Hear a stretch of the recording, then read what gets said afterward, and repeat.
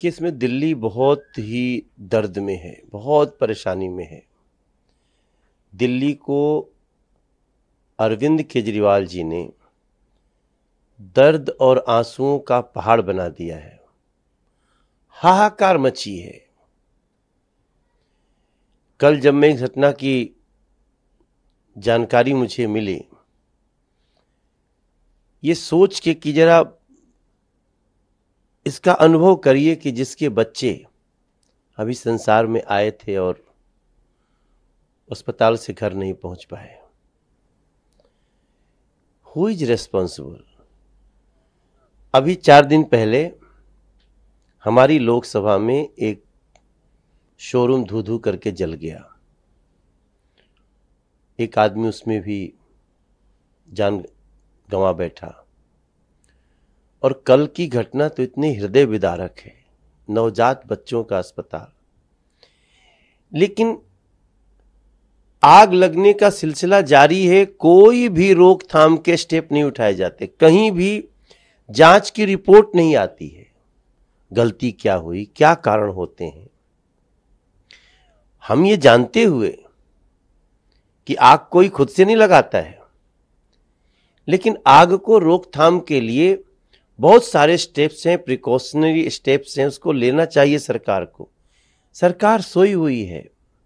मैं अभी जब गया था, एक आग लगी थी अपने हमारे क्षेत्र में, तो मैं देख रहा था कि वो पूरे इक्विपमेंट्स भी अभी नहीं है उनके पास जिससे वो यथाशीघ्र त्वरित कार्रवाई कर सके।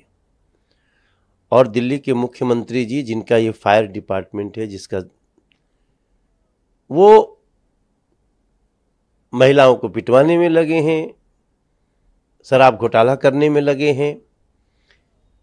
तो इसलिए मैं बहुत तकलीफ, बड़ी पीड़ा में मैं कह रहा हूं कि दिल्ली को दर्द और आंसुओं का पहाड़ बना दिया अरविंद केजरीवाल ने, और स्वयं पता नहीं किस घमंड में चूर है।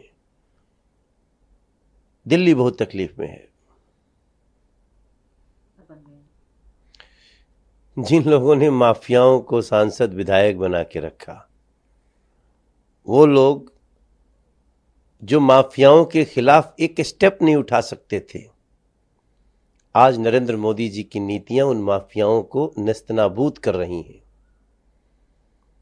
इसलिए अब अखिलेश जी इस समय फ्रस्ट्रेशन के दौर में हैं, क्योंकि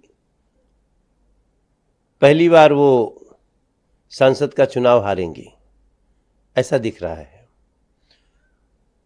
पहली बार वो जिस गठबंधन में हैं, उनका न दिल मिलता है न दिमाग मिलता है उनसे।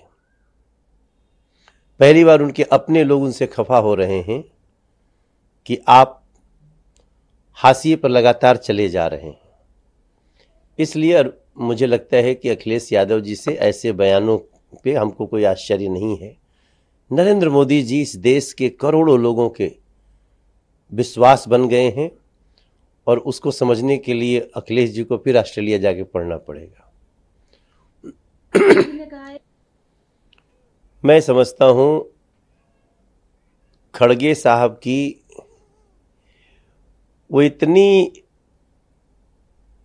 इतनी अज्ञानता और इतनी देश के प्रति इतनी निराशाजनक बात, ये पूरा कांग्रेस का परिचय है। 2047 तक की योजना बिल्कुल ठीक कहा उन्होंने, बना रखी है मोदी जी ने, लेकिन उनको पता नहीं कि नरेंद्र मोदी जी मात्र 2047 तक की नहीं, अगले 1000 वर्ष के भारत की कल्पना करके उस पर कदम बढ़ा चुके हैं। कहां हैं खड़गे जी आप? अगले 1000 वर्ष की कल्पना में भी आप एक व्यक्ति की उम्र की बात कर रहे हैं। मेरा मानना है यही प्रॉब्लम है कांग्रेस की, उनके पास विजन है ही नहीं।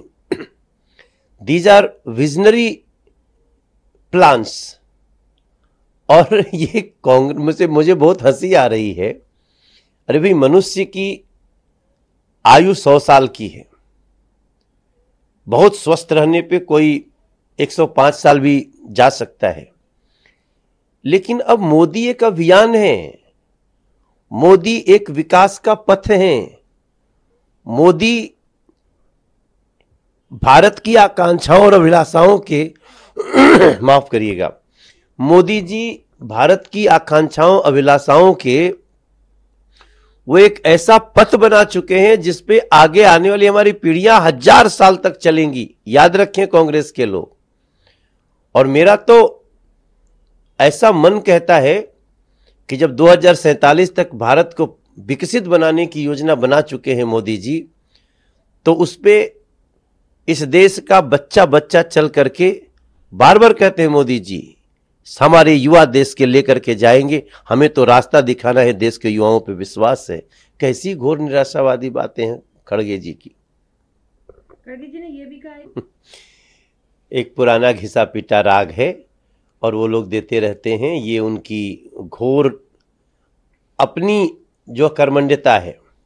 आज भारत इतना मजबूत है कि भारत की सीमाओं की तरफ छूना तो दूर कोई देख भी नहीं सकता इस समय। ऐसा देश कर दिया है मोदी जी ने।